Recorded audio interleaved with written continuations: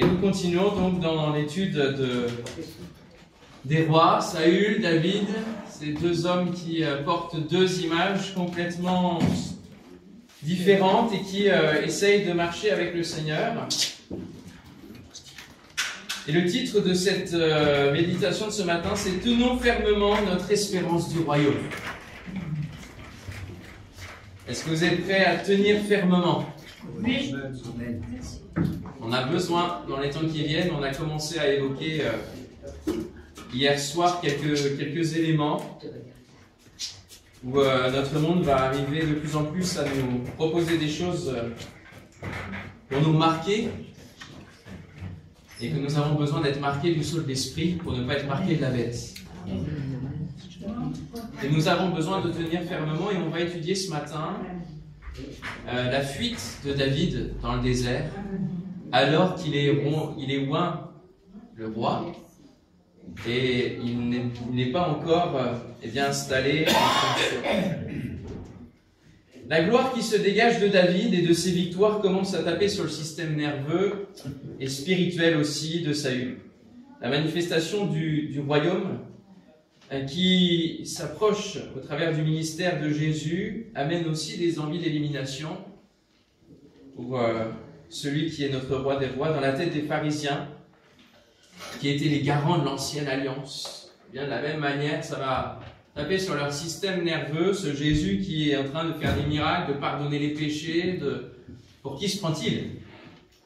Et ça agace. Et le fait que nous soyons scellés du Saint-Esprit et que nous manifestions le royaume des cieux, eh bien ça amène aussi le monde à être agacé. Et ça peut attirer sur nous la persécution. Et c'est ce que David a vécu de la part de Saül. C'est véritablement une poursuite, une persécution. Et nous avons lu hier le verset d'Apocalypse 14 qui dit « C'est là, à ce moment-là, où il y a la détermination et le positionnement de chaque être humain vis-à-vis de la marque de la bête. C'est là que les membres du peuple de Dieu, ceux qui obéissent au commandement de Dieu et vivent selon la foi en Jésus, doivent faire preuve d'endurance. » Et donc, pour nous préparer au règne qui vient, nous devons tenir bon. Tenir bon le sceau de l'esprit sur nos vies, tenir bon dans les temps de tribulation, dans les temps de persécution que nous pouvons avoir personnellement, que nous pouvons avoir peut-être bientôt en tant que nation. Peu importe l'échelle, nous serons haïs du monde, parce que nous ne sommes pas du monde. Et Jésus dira à ses disciples, comme ils m'ont haï, ils vont aussi vous haïr. Donc il ne faut pas être étonné de ce qu'il y a des embûches, des atteintes à notre vie chrétienne. Alors premièrement, et ce message-là va un petit peu avec l'image du sport, c'est bien, on est dans l'année des Jeux Olympiques. Premièrement, il va y avoir du sport.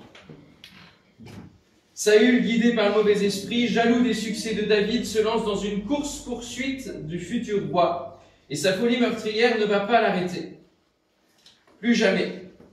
Apocalypse 12, 13, quand le dragon vit qu'il avait été précipité sur la terre, il poursuivit la femme qui avait enfanté l'enfant mâle. Il y a une poursuite. Le monde va se mettre à nous poursuivre. Pourquoi? Parce que nous sommes la lumière du monde. Et le monde des ténèbres ne peut pas supporter cette lumière. Donc il va faire tout ce qu'il faut pour éteindre cette lumière. 1 Samuel 19, verset 9. « Alors le mauvais esprit de l'Éternel fut sur Saül, qui était assis dans sa maison, sa lance à la main. David jouait de la harpe pour tranquilliser, apaiser l'esprit mauvais de Saül. Et Saül voulut le frapper avec sa lance contre la paroi. Mais David se détourna de lui, et Saül frappa de sa lance la paroi. David prit la fuite et s'échappa pendant la nuit. » Depuis qu'Israël existe en tant que peuple et en tant que pays, il n'a cessé d'être poursuivi par le dragon. Tout ce que Dieu fait est la cible de Satan, qui veut détruire ce que Dieu fait. Depuis le jardin d'Éden, où il a atteint l'homme, l'être humain, la création, il y a cette envie de tout détruire, par jalousie, par rébellion, par haine, sous différentes formes. Et encore aujourd'hui, le juif est de plus en plus mal vu et Israël va se mettre à dos l'ensemble des nations, il va se rendre impopulaire pour qu'elles viennent le combattre. Il y a cette bataille qui est appelée Armageddon. Ce qui vaut pour Israël vaut aussi pour les chrétiens, puisque nous sommes greffés sur l'olivier, donc nous portons une bénédiction de la part de l'Éternel. Et même si nous avons quand même des destins un peu différents, puisque Israël a quand même encore son destin particulier avec le Seigneur, eh bien nous avons quand même aussi une bénédiction, nous portons une bénédiction. Tout ce qui vient de Dieu est haï. Nous n'avons pas d'odeur au nez de Dieu, une odeur qui dérange. Nous empêchons. Nous avons l'odeur de Christ. L'odeur de Christ, mais pour le monde, ce n'est pas supportable. Il faut donc nous supplier. C'est ainsi que le principe de l'épreuve dans la vie chrétienne n'est pas ce qu'on peut éviter, mais ce qu'on doit traverser. Il y a des épreuves, comme on l'a vu, qui sont des tests de la part de l'Éternel pour nous amener à une maturité spirituelle, pour nous amener à nous sanctifier, pour nous amener à aller de marche en marche, à marcher en nouveauté de vie et à nous préparer au royaume de sainteté dans lequel nous allons rentrer. Et puis, il y a aussi d'autres épreuves qui viennent de l'ennemi, qui sont là pour véritablement nous harceler, pour nous détruire, pour nous amener dans la vallée de l'ombre de la mort, pour nous faire peur. Mais comme le dira David, dans cette vallée de l'ombre de la mort, alléluia, je ne crains aucun mal. Pourquoi? Parce que le Seigneur est à toi. Ta houlette, tu es avec moi, ta houlette et ton bâton me rassurent. Ce n'est pas de tout repos d'être berger. Et David, qui était un berger, aurait pu nous expliquer peut-être un peu plus ce qu'il en était. Les brebis vont à différents endroits pour pâturer et elles avancent au gré de l'herbe qu'elles trouvent. Et puis, il faut des rappels réguliers pour revenir au troupeau. C'est tout un apprentissage pour tous les leaders, les pasteurs, ceux qui sont en responsabilité, qui ont charge des âmes. C'est très sportif. Il n'y a qu'à regarder des documentaires sur les bergers encore actuellement. C'est vraiment édifiant de voir quel métier c'est et la dureté de ce métier-là.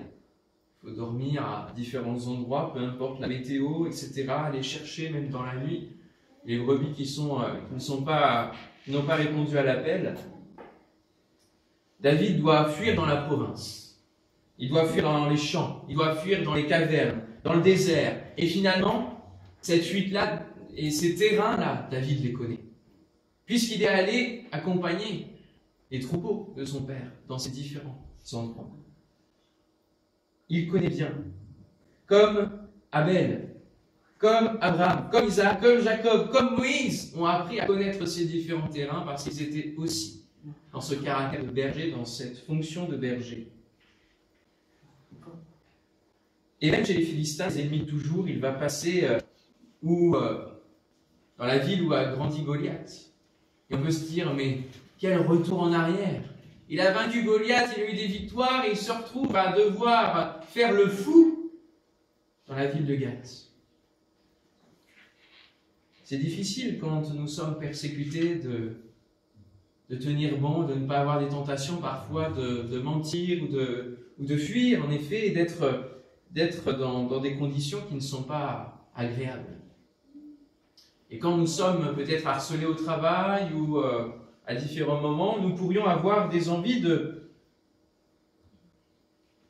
s'enfouir sous la terre et de ne plus avoir ces moments-là, parce qu'ils sont durs.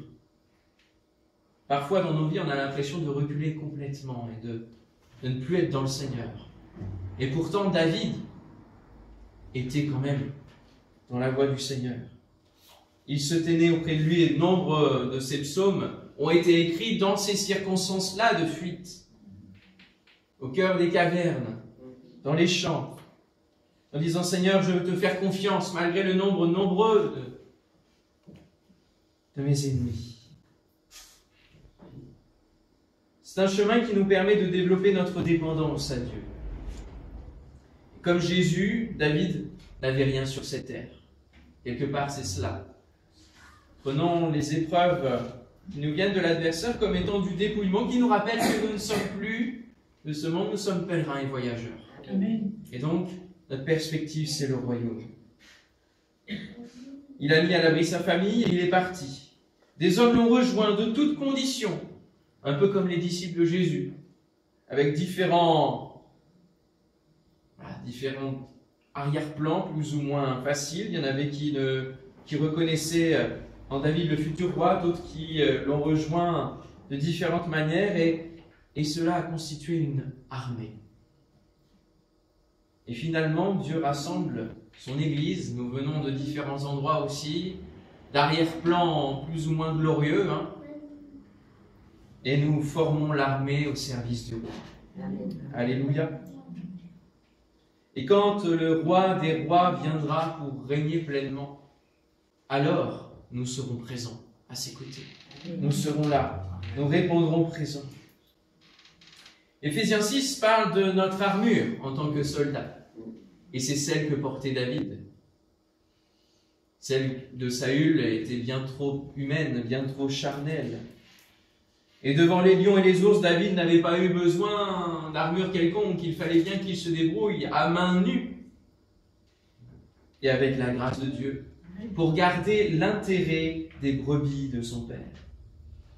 Et Jésus dira dans Jean 17, dans sa prière sacerdotale, « Lorsque j'étais avec eux dans le monde, je les ai gardés en ton nom. J'ai gardé ceux que tu m'as donnés, tel un bon berger. Et aucun d'eux ne s'est perdu, sinon le fils de perdition, afin que l'écriture soit accomplie. » Jésus défend ses brebis. Alléluia. Judas dit l'Iscariote, et l'Iscariote signifie l'homme de la ville.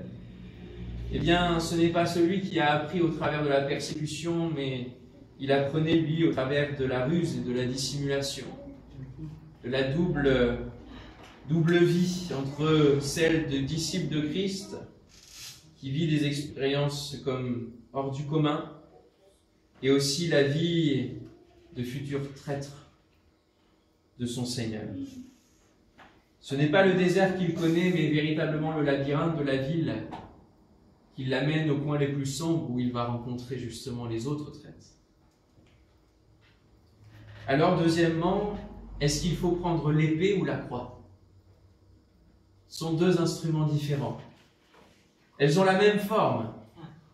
Il y en a une qui est dans un sens, l'autre dans l'autre, mais elles ont la même forme, mais pas le même pouvoir ni le même objectif. Judas, Caïn, Saül se retrouvent dans le même état de cœur et avaient le choix de ne pas suivre la voie qu'ils avaient empruntée. Genèse 4, verset 7, « Certainement, si tu agis bien, tu relèveras ton visage. Et si tu agis mal, le péché se couche à la porte et ses désirs se portent vers toi, mais toi, domine sur lui. » Nous avons constamment la possibilité de dominer sur nos envies, de faire du mal, de répondre. Tous pouvaient changer d'instrument. Mais agité par le péché, l'homme est un loup pour l'homme. Et nous avons vu cette caractéristique du loup, qui est le cœur de Saül, qui correspond à l'affirmation de Jacob sur la tribu de Benjamin. Un loup qui dévore, qui partage le butin. Un loup qui se cache finalement dans les ténèbres et qui fait des choses dans le secret. Et puis le lion, qui est appelé à être ce cœur de David, le cœur du lion, le cœur de la tribu de Juda, dont le sceptre ne s'éloigne point et qui est spirituel.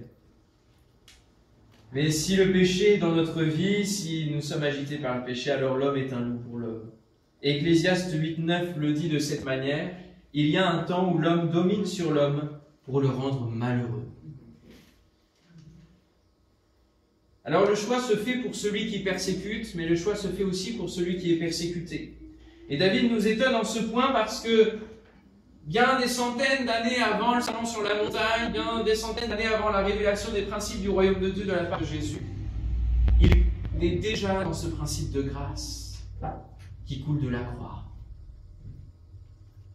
Il a respecté les règles de la sainteté de Dieu et de l'onction qui était déposée sur Saül. Bien que l'Éternel s'était déjà retiré de lui.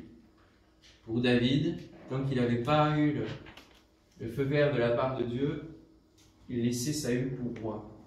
Il laissait gérer le Seigneur sur sa persécution. Et combien ça peut être une envie de vouloir se battre, de vouloir se rebeller, de dire mais stop à la persécution, stop au harcèlement. Et c'est tout à fait logique, humainement parlant, on veut arrêter cela sur notre vie. Je me rappelle quand je travaillais dans un collège, dans les premiers mois, c'était en zone prioritaire, donc un contexte d'élèves qui n'était pas si facile que cela par rapport à d'autres contextes.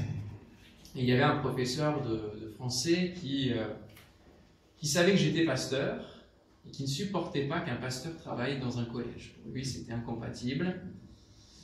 Il avait des tendances homosexuelles, bon, ça c'est son sujet à lui, mais du coup dans les couloirs, alors j'étais en surveillance de couloir, il m'appelait mon petit moignon, comment ça va, etc. devant les élèves, vous voyez. Dans la salle des profs, il me descendait par des petites piques comme ça. Je me disais, Seigneur, comment je vais faire? Parce que c'est insupportable quand vous voyez derrière les élèves qui esquissent des sourires et qui disent, mais il ne répond pas, il fait rien, et il a l'air d'être faible celui-là, alors on va aussi en profiter. Parce que c'était un test d'autorité, je venais d'arriver aussi dans l'établissement. Que faire?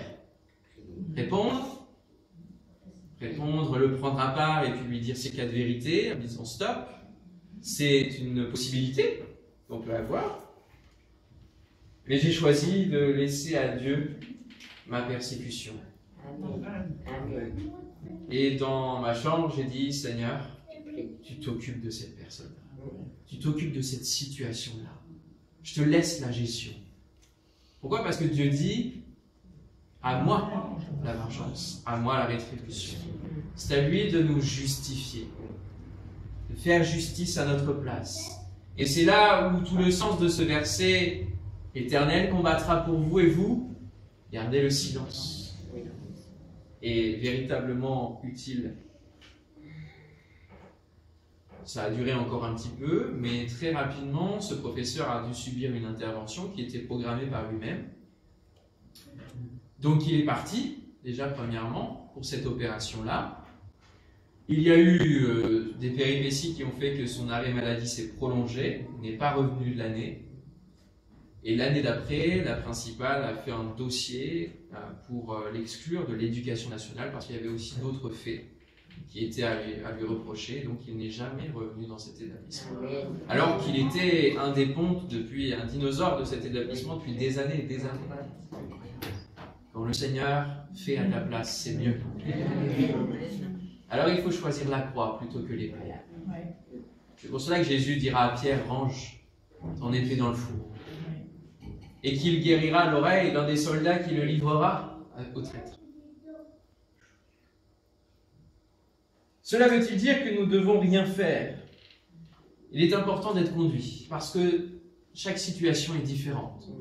Et parfois, l'Éternel nous donnera des choses à mettre en place.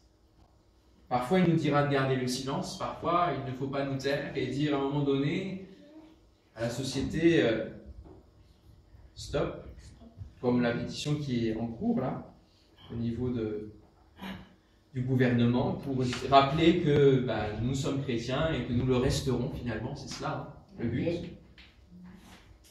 Il est notre protection. Et c'est vrai que lorsqu'on a la possibilité de renvoyer l'autre dans ses buts, eh bien, c'est tentant. Et David a eu 2 fois l'occasion d'éliminer Saül, d'arrêter cette persécution, cette poursuite, par 2 fois.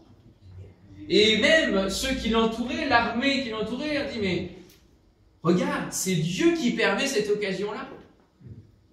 C'est Dieu qui permet que Saül soit entre tes mains. Vas-y. Ils l'ont encouragé. Et parfois, c'est vrai qu'on peut être encouragé de frères et sœurs à dire, vas-y, fais ça. Dieu ouvre une porte. Et on peut voir la situation de 2 manières. Mais il y avait un principe supérieur de la part de David. Et David dit à Saül, voici la lance du roi qu'il est venu prendre sur le camp, parce que Dieu avait permis qu'il soit dans un profond sommeil. Voici la lance du roi, cette lance avec laquelle la fuite a démarré, puisqu'il voulait, elle était dans la main de Saül, maintenant elle est dans la main de David. Ce qui montrait que le pouvoir changeait de camp. Que l'un de tes gens vienne la prendre. L'Éternel rendra à chacun selon sa justice et sa fidélité. Car l'Éternel t'avait livré aujourd'hui entre mes mains, et je n'ai pas voulu porter la main sur loin de l'Éternel. 1 Samuel 26, 22 à 23. Il est important de considérer dans le peuple de Dieu notamment, lorsqu'il y a des changements de pasteurs, lorsqu'il y a, peu importe les différentes situations de l'Église, à considérer ce principe supérieur que le jugement appartient à l'Éternel et non pas à nous. Et que si Dieu permet des changements, etc., il faut être attentif à ne pas partir tout de suite dans la critique, à partir dans la comparaison d'un pasteur à un autre, et de confier ce qui nous soucie, parce que oui, un pasteur peut dysfonctionner, c'est vrai, et à confier ces choses-là dans le Seigneur afin que lui, il fasse les choses.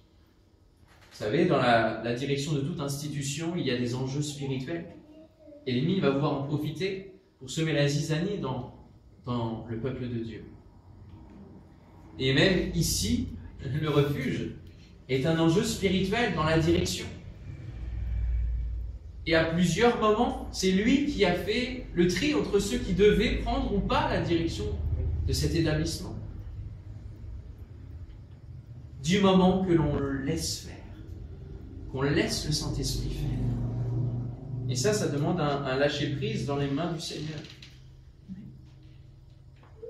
Il aurait pu prendre la royauté, il était loin depuis longtemps, il avait finalement l'autorisation possible, puisqu'il était légitime de tuer Saül.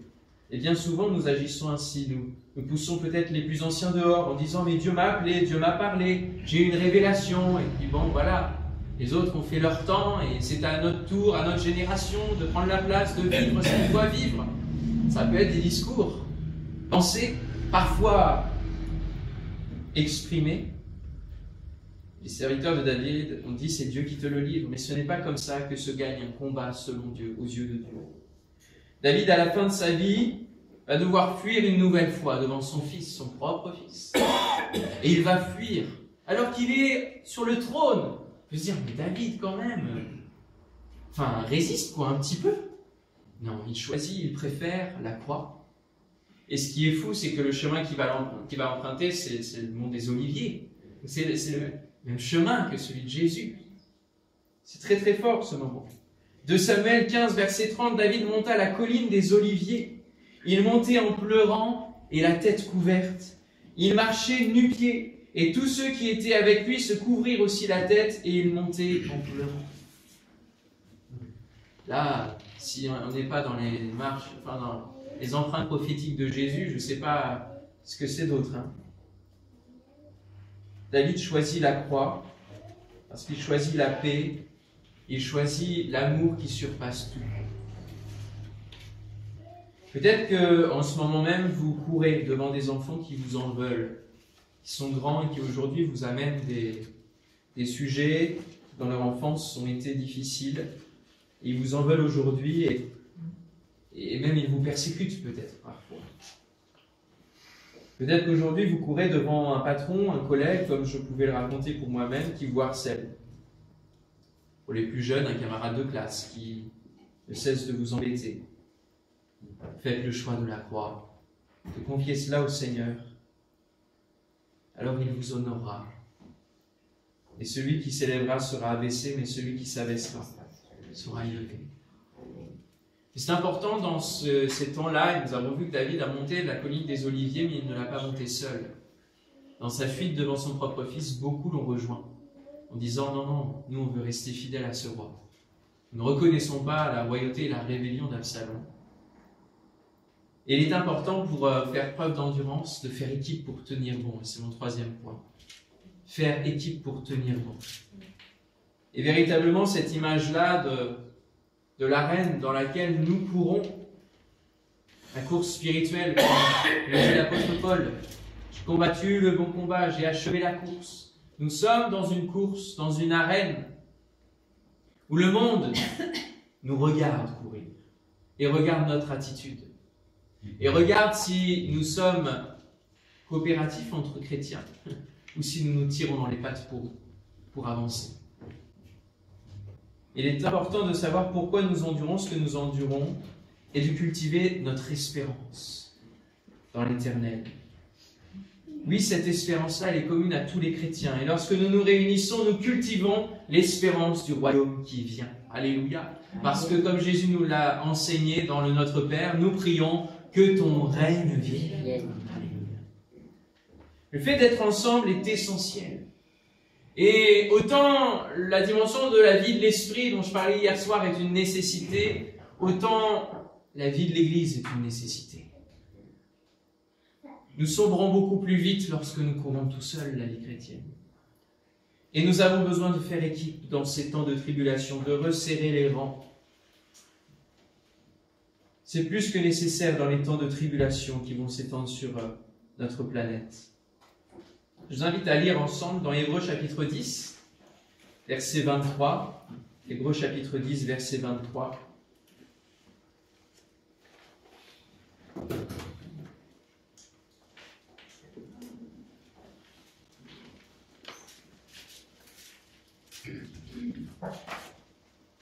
Il nous est dit, retenons fermement la profession de notre espérance, car celui qui a fait la promesse est fidèle. Alléluia. Oui, Seigneur. Retenons fermement. Nous avons besoin d'une fermeté pour nous-mêmes. Comme je le disais, une forteresse vis-à-vis des failles aussi que nous pouvons avoir et de l'ennemi qui rôde autour de nous. Retenons fermement. Et Éphésiens 6, c'est pareil, tenons ferme. Veillons les uns sur les autres, pour nous encourager, nous exciter à la charité, à l'amour et aux bonnes œuvres. N'abandonnons pas notre assemblée ou l'esprit d'être ensemble, d'être assemblés ensemble, comme c'est la coutume de quelques-uns qui s'écartent, qui se mettent à part et qui finalement, au bout d'un moment, font de la division. Mais exhortons-nous réciproquement, et cela d'autant plus que vous voyez s'approcher le jour. Certains se mettent aussi à l'écart parce qu'ils se sentent plus dignes de venir dans la présence de Dieu. Ils se sentent pas assez, ils se sentent trop charnels et ils ne reviennent pas vers le Seigneur. Et ça, c'est aussi un des mensonges du diable qui va appuyer de plus en plus pour éloigner la brebis. Disant, mais non, mais reste là parce que t'es pas assez bien pour être avec les autres. Mais il faut nous rappeler cet état d'esprit grâce, d'où nous venons. Et ce que Dieu a fait de nous, nous sommes tous au privilège de ce salut si grand. Et donc c'est pour ça que nous pouvons revenir dans la présence de Dieu ensemble. Exhortons-nous réciproquement, cela d'autant plus que vous voyez s'approcher le jour. Le jour vient, ce grand et glorieux jour. Car si nous péchons volontairement après avoir reçu la connaissance de la vérité, il ne reste plus de sacrifice pour les péchés, mais une attente terrible du jugement et l'ardeur d'un feu qui dévorera les rebelles. Celui qui a violé la loi de Moïse meurt sans miséricorde, sur la déposition de 2 ou 3 témoins. De quel pire châtiment pensez-vous que sera jugé digne celui qui aura foulé aux pieds le Fils de Dieu, qui aura tenu pour profane le sang de l'alliance par lequel il a été sanctifié et qui aura outragé l'esprit de la grâce? Car nous connaissons celui qui a dit « À moi la vengeance, à moi la rétribution, et encore le Seigneur jugera son peuple. » C'est une chose terrible que de tomber entre les mains du Dieu vivant. Et c'est cette crainte-là que David avait, pour ne pas tuer Saül. Il disait, mais je préfère vivre ce temps de difficulté, plutôt que de faire justice moi-même et ensuite d'être jugé par le roi des rois sévèrement. C'est tellement facile de ne plus avoir de foi lorsque nous regardons tout ce qui nous entoure. Alimentez-vous de la télévision et des nouvelles H24, d'être branché sur BFM constamment, et votre foi tombera en berne, certainement. Parce que de ce qu'on se nourrit, notre foi grandit ou non. Et elle ne peut que grandir qu'au travers de ce qu'on entend de la parole de Christ. Mais on peut entendre plein d'autres choses. Et donc, de quoi alimentes-tu ta foi? La dureté des hommes, la folie des hommes se fait de plus en plus forte. L'iniquité s'accroît, au point que Jésus dira, y aura-t-il la foi lorsque je reviendrai? Il faut que nous nous encouragions, que nous fassions équipe en disant, espérons encore, croyons encore, mes frères et sœurs. Alléluia. Amen. Le jour approche. Cultivons cette espérance et cet amour de l'avènement de Christ. Alléluia. Hébreux chapitre 12, verset 1er. Allons ensemble dans ce texte qui nous dit, nous donc aussi, puisque nous sommes environnés d'une si grande nuée de témoins, c'est la reine dont je parlais tout à l'heure, rejetons tout fardeau et le péché qui nous enveloppe si facilement. Il n'est plus temps d'aller vers les futilités, mes frères et sœurs. Mais courons avec persévérance dans la carrière qui nous est ouverte, ayant les regards non pas sur le sol, non pas dans tout ce qui se passe autour de nous, mais un seul regard posé sur Jésus, le chef et le consommateur de notre foi, qui en vue de la joie, lui qui lui était réservée, a souffert la croix. Il a couru aussi. Il a souffert aussi. Matthieu 5, 10. On a cité pas mal de fois le sermon sur la montagne cette semaine.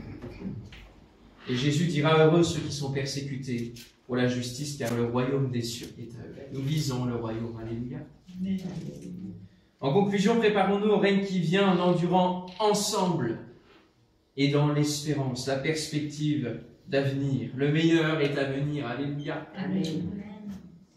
L'éternité avec le Seigneur.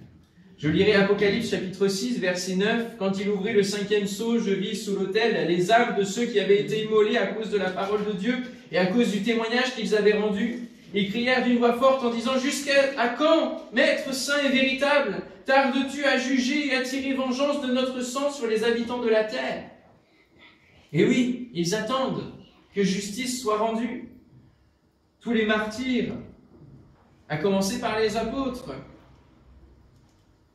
une robe blanche fut donnée à chacun d'eux, et il leur fut dit de se tenir en repos quelque temps encore, jusqu'à ce que soit complet le nombre de leurs compagnons de service et de leurs frères qui devaient être mis à mort comme eux. Qui sait si un jour nous ne ferons pas partie de ces quelques-uns.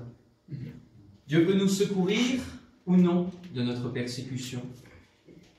La première couronne est d'épines, mes frères et sœurs, avant qu'elle soit celle de la gloire là-haut. Que celui qui se souille encore, que celui qui se sanctifie encore.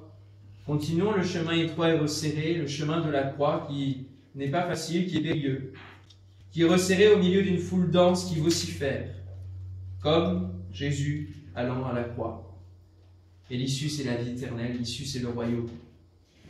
Je citerai un des disciples de l'apôtre Jean qui s'appelle Polycarpe de Smyrne, donc quelques années après la génération des apôtres, et qui, face à son bourreau, va dire « Il y a 86 ans que je le sers, et il ne m'a fait que du bien.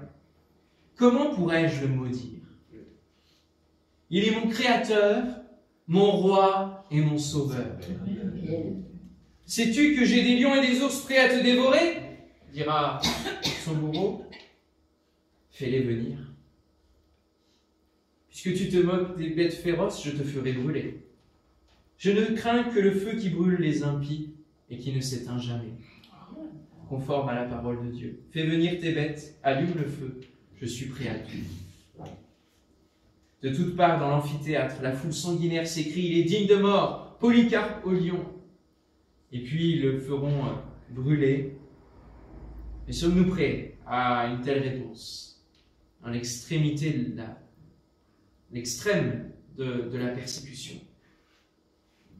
Nous avons la grâce encore d'avoir une persécution qui est légère, subtile, qui se met plutôt dans les lois, dans des interdictions. Nous ne sommes pas à être mis à mort. Mais j'ai acheté ce magazine Oui Demain cette semaine, qui parle de l'intelligence artificielle. Dès 2029, l'humanité sera-t-elle reléguée au rang de la deuxième intelligence sur Terre, derrière la machine, et l'humain créa son successeur. Et je vous lis quelques extraits parce que c'est édifiant de... Déjà, le langage qui est employé, c'est un langage biblique. C'est une église qui ne signale aucune croix. Et dans la Silicon Valley, il y a toute une réunion qui est comme un cérémoniel. Et il y a celui qui a créé donc ChatGPT, l'intelligence artificielle, qui l'a mis en tout public et qui dit que le 14 mars 2023 était un bouleversement soudain, une configuration inédite dont nous n'avons pas saisi la véritable ampleur. C'est une explosion de l'intelligence qui va faire table rase de toute l'histoire de l'humain telle que l'a façonné l'évolution. Cette explosion est l'équivalent dans l'ordre du numérique contemporain de l'Apocalypse dans la tradition biblique, à savoir un événement constituant un bouleversement absolu amorçant l'avènement dans le monde d'ici-bas d'un royaume qui n'était jusque-là que céleste. Voilà quelques paroles.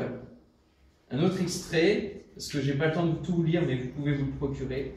Les perspectives esquissées par un des scientifiques de l'intelligence artificielle sont enthousiasmantes. Il est encore plus optimiste qu'un autre, autant que celui-ci croyait encore que le salut de l'humanité dépendrait de sa capacité à se mettre sous la tutelle des machines intelligentes. En singularité, tous les maux, tous les fléaux affligeant les hommes depuis la nuit des temps disparaîtront. La singularité, prophétise Ray Machin, c'est une nouvelle genèse et le retour au jardin d'Éden d'où l'humanité ne sera plus chassée.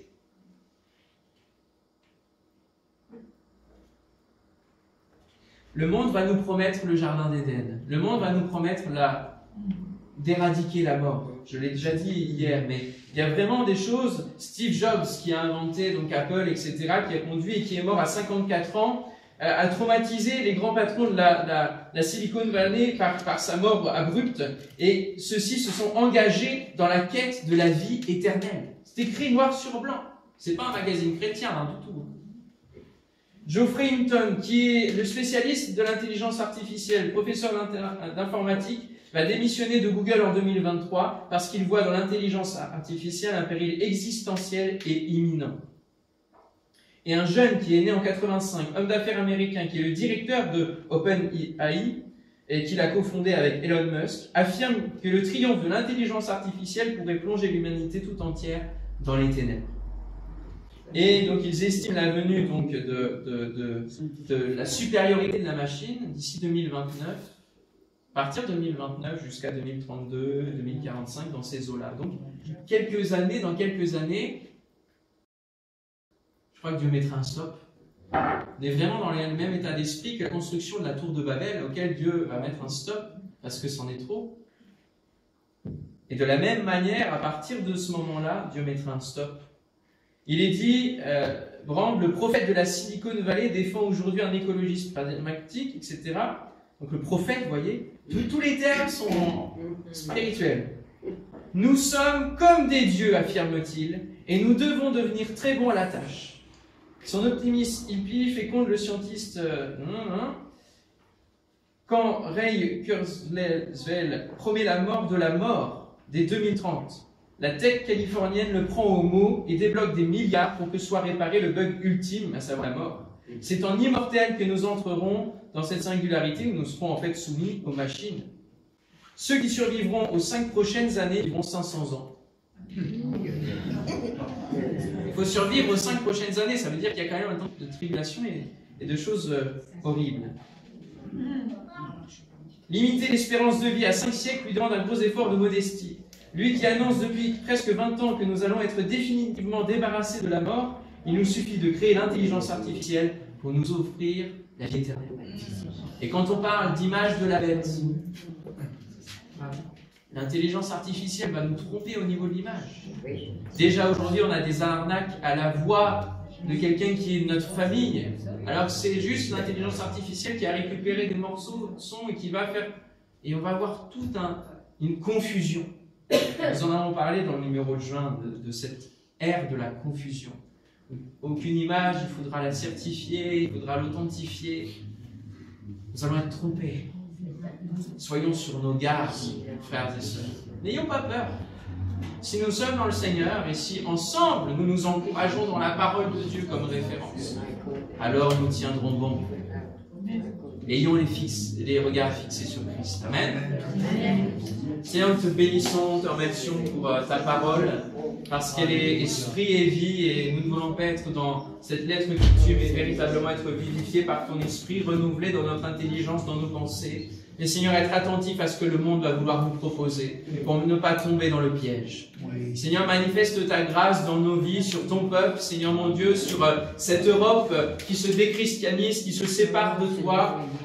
Et Seigneur, pose ta main sur ceux qui sont encore de ton Église, afin que nous puissions véritablement nous préparer à ces temps de tribulation, à ces temps, Seigneur, d'épreuve. Et Seigneur, nous voulons chérir ton avènement. Seigneur, nous voulons véritablement hâter ton avènement, en étant encore plus proche de toi, Seigneur mon Dieu, en étant encore plus à apprendre, Seigneur, ta parole, et ce que nous dit les prophéties, l'Apocalypse, Seigneur mon Dieu, pour être prêts. Seigneur, nous voulons nous tenir prêts. Et nous voulons ensemble nous encourager à tenir bon en toi. Dans le nom de Jésus. Réveille ton Église. Réveille ton Église. Tiens-la en éveil, Seigneur, par la puissance de ton esprit. Que nous ayons constamment faim et soif de toi, Seigneur, et de ta parole qui nous nourrit. Dans le nom de Jésus. Amen. Amen.